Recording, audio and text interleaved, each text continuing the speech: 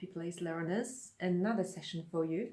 This time I prepared a little bit crazy project for you, but in a good way. It's very creative and it's about to pushing boundaries.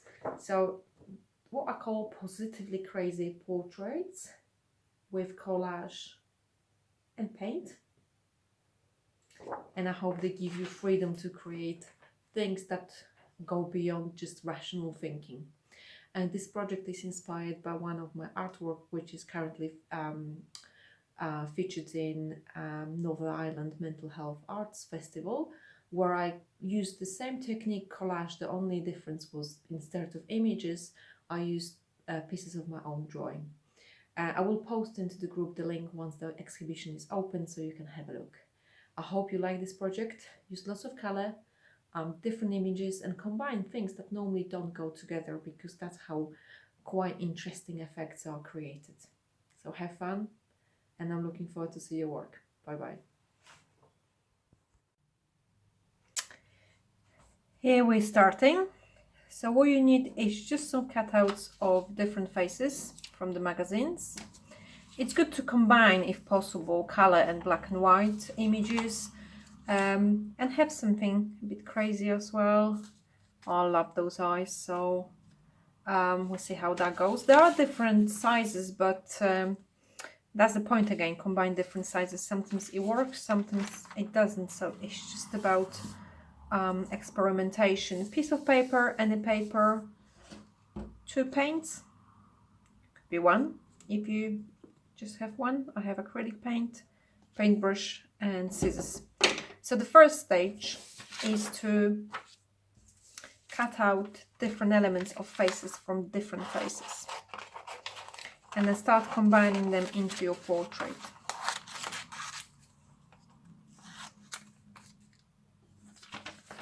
And it takes time to find the combination that works for you, and it is about having that time for yourself to play with images and see what they look like. So here I'm just going to cut out lips. I like the lips here, and they look cool on one of the combinations.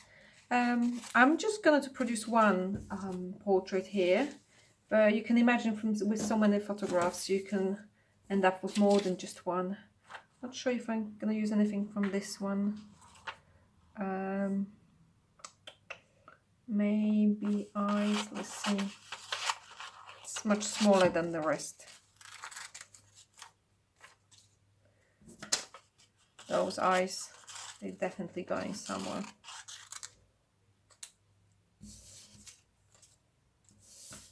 I have those quite similar sizes.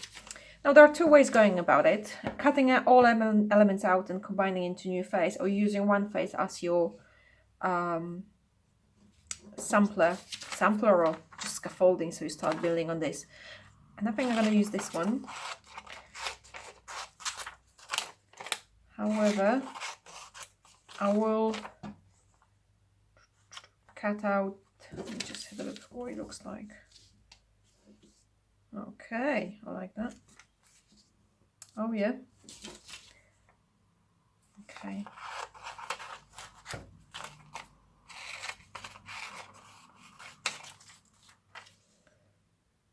So you have to start experimenting. I'm going back to my paper.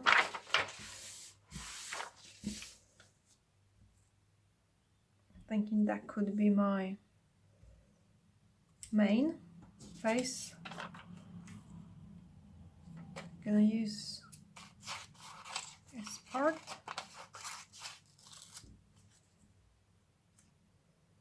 Like that.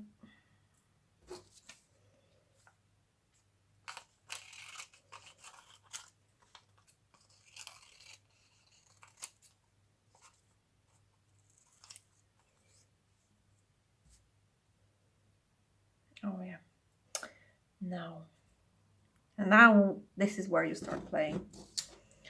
The small one I had before, and I didn't like it. I may actually use nose. Okay.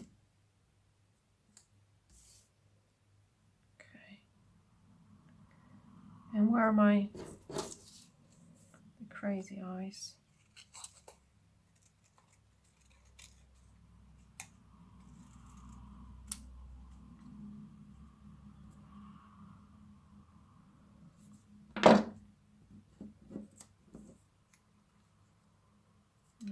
Okay, it's coming along. Then we go underneath. Okay, now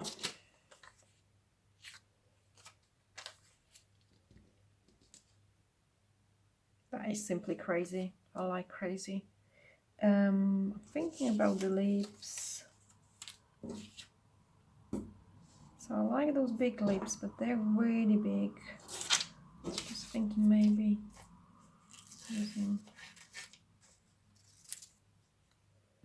that's too small. I may go with the big leaves. Just cut them out more so I don't have the background.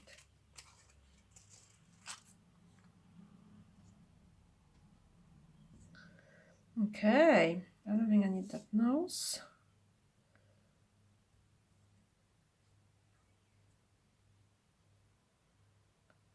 That is too big. That's a shame because I really like that.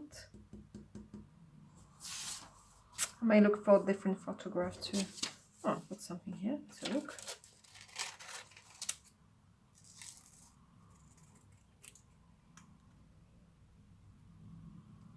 That's quite interesting.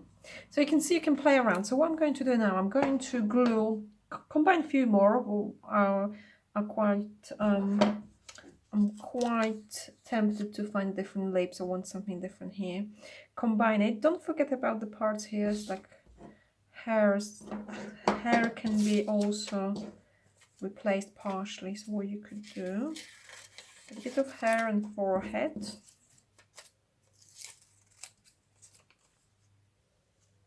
That's another element. Okay. So with this one, what I'm going to do, I'm going to remove it. And now you can glue that separately, the bits that are on the top. And when I apply my paint, I will use that paint when it's wet to work as glue. So then I will glue my main piece. So what needs to be done is gluing those parts together first. And then when paint is wet, I'm going to stick that on top. And then also work around the edges, combining paint with paper a bit more.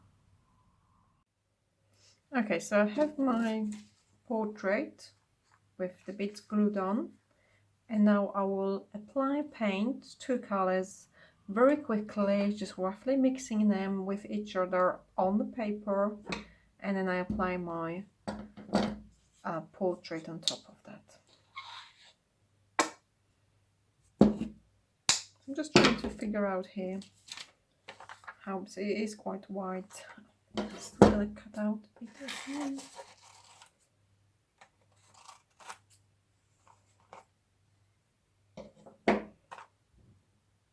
Okay.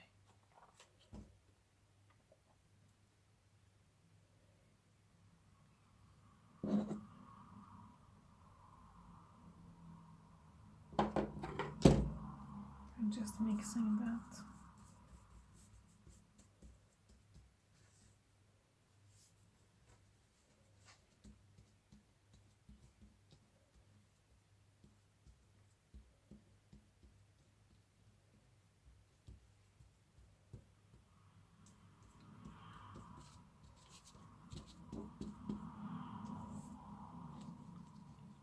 Okay, so it's still wet, and I'm just sticking my portrait on it.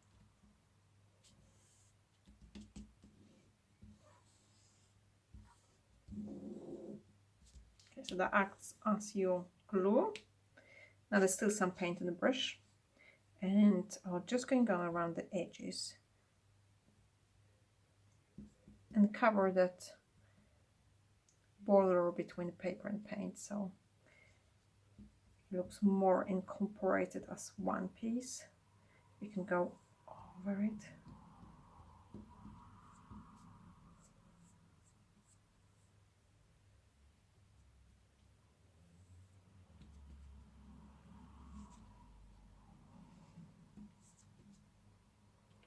Okay, quite like that. So now you allow this dry, and then you can play with pencil, pen or marker on top of the portrait by adding some additional drawing here. So this is something I showed you when I showed you the final piece, and it's up to you how far you want to take it. So here I'm replacing the not working glue with paint, as you can see. Okay.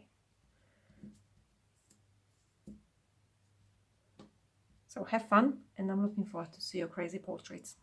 Bye bye. Okay, so this is how my portrait ended. I could still work on it, adding more drawing with a pen, marker work, filling some space with color. I also done like a frame around it, and I added pattern inside the actual face. Okay, so let me just do some close-ups.